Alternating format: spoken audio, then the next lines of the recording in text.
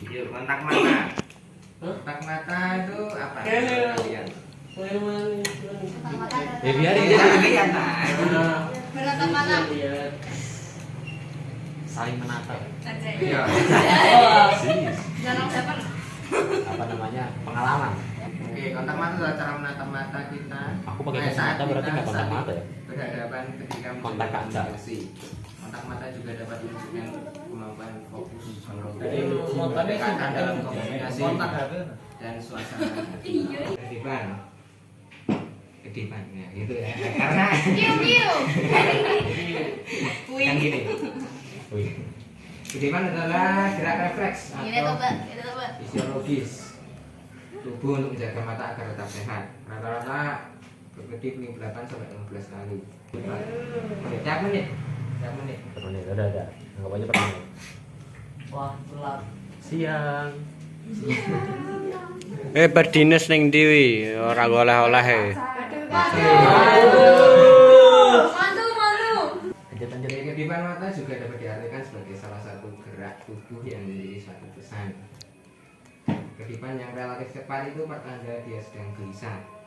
Apa dah? Dino ada buku cepet nanti. 0,16 detik. Kalau kedipan yang nggak wajar atau terasa dibuat-buat, itu ada sesuatu yang Mampus disembunyikan. kedip manual. Atau kalian tuh kalau membuat kedipan mata yang dibuat-buat, mungkin kalian sedang berbohong. Yang kedua ada gerakan mata bolak-balik. Biasanya gerakannya dari kanan ke kiri, cepat. Wah. Mata berapa kali? Maksudnya muter itu. Hah? Kiri kanan. Nah, orang yang melakukan gerakan ini itu bisa diartikan sebagai rasa gugup, tidak aman, atau sedang memikirkan jalan keluar. Yang ketiga ada menyipitkan mata. Nggak berlaku untuk orang yang memang sipit. Sama sipit. Ying. Menyipitkan mata itu berarti suatu bahasa penolakan atau tidak sepakat atas suatu hal yang dibicarakan, atau bisa juga sebagai pesan agar orang lain mendapat argumennya. Gerakan ini juga bermakna bahwa seseorang ingin fokus dan konsentrasi terhadap apa yang ia hadapi. Lanjut. Yang keempat ada mata melotot. Mata melotot itu bentuk ketidaksukaan seseorang untuk melakukan sesuatu. Bisa juga bentuk suatu amarah dan punya makna lain seperti menunjukkan kekuasaan yang tinggi. Nyipit tadi Sudah loh. mungkin melotot. Nenek kaget. Nenek kaget. Excited kan? Iya. Tapi kan kalau melotot tuh lebih kan. Berarti akan sama-sama. Nggak usah. Nggak ada siaran ulang. Kelima ada ukuran pupil mata. Pada sistem pupil. Pada sistem indera penglihatan, pupil berfungsi untuk menerima rangsangan cahaya. Nah, kemampuan mengecil dan membesar juga dapat menunjukkan emosi, perasaan, suasana hati, dan jalan pikiran. Sedang memikirkan Sudah dibaca? Oke. Itu yang B itu pasti nomor 3 ini tertarik dengan sesama jenis. Tertarik dengan lawan jenis. Yang keenam ada menurunkan tatapan mata. Makna ini sama dengan menundukkan kepala. Apa? Dan ingat, jangan lihat. Menurunkan pandangan mata menunjukkan perasaan bersalah atau malu akan suatu hal. Nggak berani natap. Yang ketujuh, tepat saat menatap orang lain. Kadang kita merasa canggung untuk menatap orang lain. Terlebih lagi orang yang tidak kita kenal. Wah, udah kenal. Apalagi kalau lagi jatuh cinta. Wah,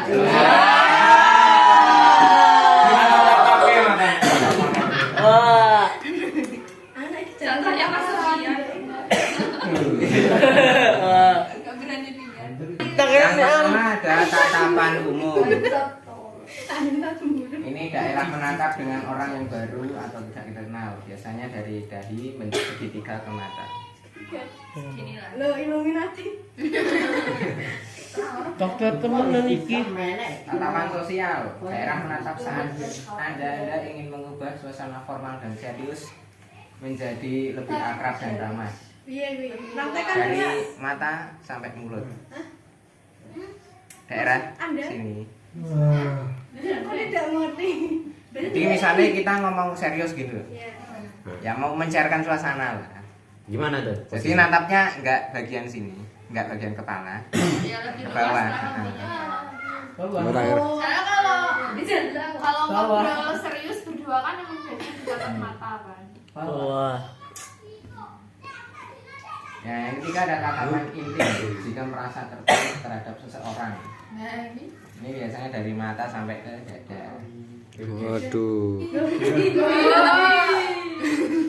Ya, sekarang gerak mata. Setelah kita belajar tentang kontak mata dan tatapan mata, sekarang kita belajar tentang gerakan mata. Gerakan mata berkaitan dengan pola pikir dan berbicara seseorang. Nah, kalau menatap ke arah kiri itu arah kiri itu cenderung membangun gambaran, membentuk suatu imajinasi.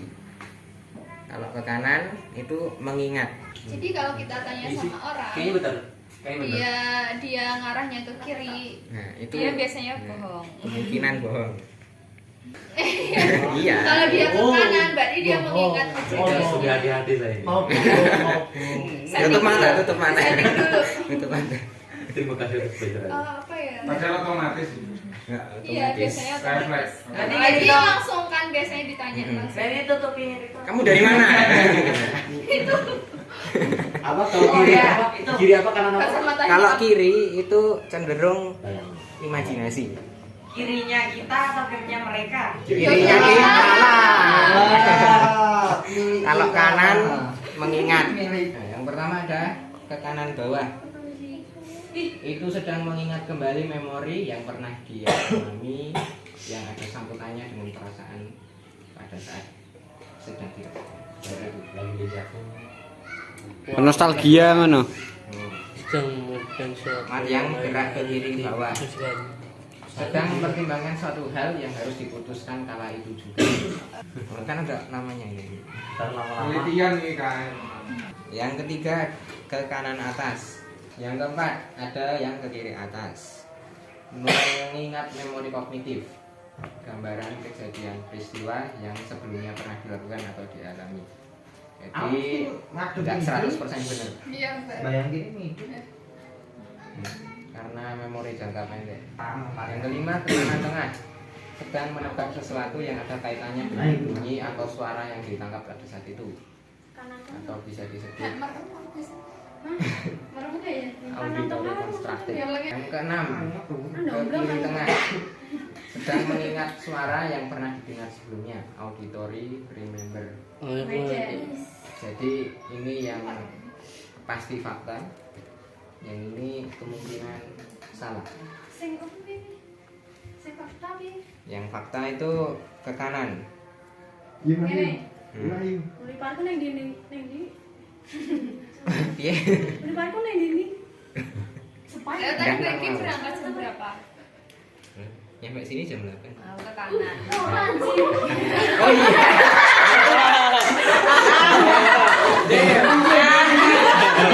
Oh iya. Pinter.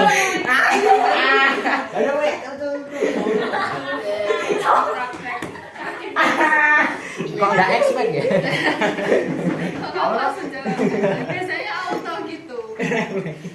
Rasa kau lengkes auto. Ya bisa. Kesimpulan ya itu tadi ya udah dipraktekkan, nggak bisa bohong ya. Gimana ya? Biasanya ke kiri. Kiri. Biasanya. Kiri sini. Kiri mobil apa kiri? Kirinya aku. Nah, aku ya kirinya aku. Kirinya aku. Oh, berarti Kita tapi sendiri. Leo ke kanan sana. Ke kanan, sana. Kan kanannya Leo sana. Hah? Berarti jujur. Berarti jujur. dia sedang mengingat tadi pagi Francis. Nah. Saya merasa terjebak.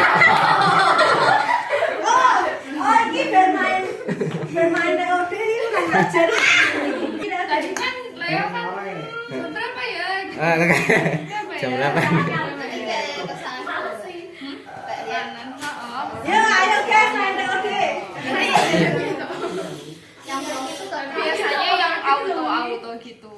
Makanya kan kemarin kan yang Sambo DKK itu kan baru ada lie detector atau tapi nggak tahu itu udah pakai alat atau masih manual nggak tahu. Nah, salah satunya dilihat dari sini. Aku juga pernah diceritain dia penyidik KPK lagi iniin koruptor. Dia cerita dari awal sampai akhir itu nangis terus ibu-ibunya itu. Kebetulan ibu-ibu koruptor, ibu-ibu perempuan. Dia tuh sampai beneran nggak tega gitu. Dia ngomongin soal anaknya, terus dia ceritain kenapa dia sampai ngelakuin korupsi itu dan lain-lain. Terus ada satu peristiwa, satu titik gitu, dia ngelihat si koruptor itu ngambil tisu, terus ngelap air mata, terus kayak ngeliatin gitu.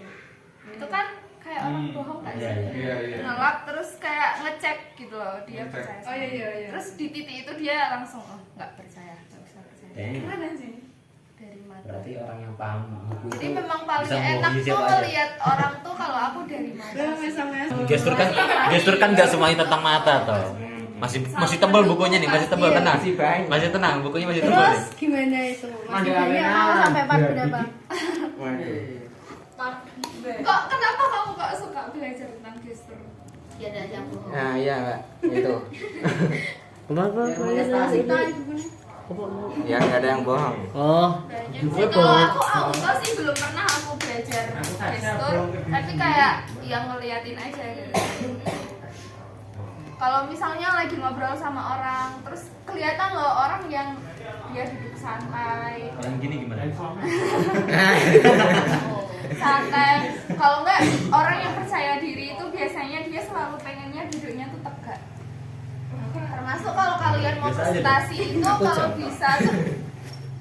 bisa tuh tegak, kamu akan lebih didengar dan orang akan merasa melihat kamu tuh oh dia orangnya percaya diri. Meskipun tidak dikatakan kan, gestur itu kan kayak gitu, kamu sedang berbicara dengan orang lain tapi nggak pakai kata-kata, tapi pakai gestur. Aku sedang fokus Mendeskripsikan seorangnya, oh dia apalagi dia gini bisa. Dan sebenarnya bukan hanya untuk menilai orang ya, tapi menunjukkan kita juga. Misalnya kamu disuruh presentasi, kamu ingin menunjukkan bahwa kamu sedang siap dan kamu benar-benar percaya diri, pasti dari gesturmu kelihatan. Oh kayak Nabi presentasi dengan takut misalnya. Oh kayak Nabi mesti belum siap presentasinya gitu. Bisa kelihatan dari gesturnya itu ya. Dan kalau kamu belajar gestur, nanti kamu jadi kayak punya istilahnya poin-poin. Oh aku biar percaya diri aku gimana ya caranya? Aku punya temen dia kalau presentasi sukanya ngomongnya pelan. Karena apa? Karena ketika dia ngomong pelan, dia malah didengar. Kalau dia teriak-teriak, kadang malah orang nggak dengerin, malah ngomong sendiri. Dan kalau dia semakin suaranya pelan, orang tuh kayak semakin fokus gitu loh. Nah, kalau nyimak kayak gue. Leburi lah. Coba dibaca sedang Masih aman, ini langsung keren kan satu. Ini apa ya? Nenek mata tidak bergerak ke atas tadi apa? tapi sebenarnya kayak gitu tuh nggak cuma mata tok ya, mungkin dia bohong tuh bisa kelihatan dari mata sama Memori jangka pendek. Jadi ada yang miss. Kamu Ya terus yang bohong. lama mulai jangka pendek ini. Juling gimana? Leo. Juling Nggak berlaku. Nggak perlu kan? Nggak berlaku. dari tubuh yang lain. Rasa kalau kalian belajar gestur juga, sehingga sutradara juga bisa ngejelasin ke aktornya gitu loh. Aktor kan kadang kan ada yang udah terbiasa, jadi kamu marah gitu dia udah bisa kan gestur marah. Ada yang disuruh marah keluar kata-kata kasarnya aja, tapi gesturnya nggak marah gitu bisa. Jadi kelihatan kayak bohongan filmnya karena gesturnya nggak marah, padahal seharusnya dia itu juga. Jadi ternyata gestur bisa dipelajari oleh perlu dipelajari oleh sutradara. Tadi yang nulis juga basicnya komunikasi, bisa juga psikolog, bisa juga guru BK mungkin. Bisa juga untuk pertemanan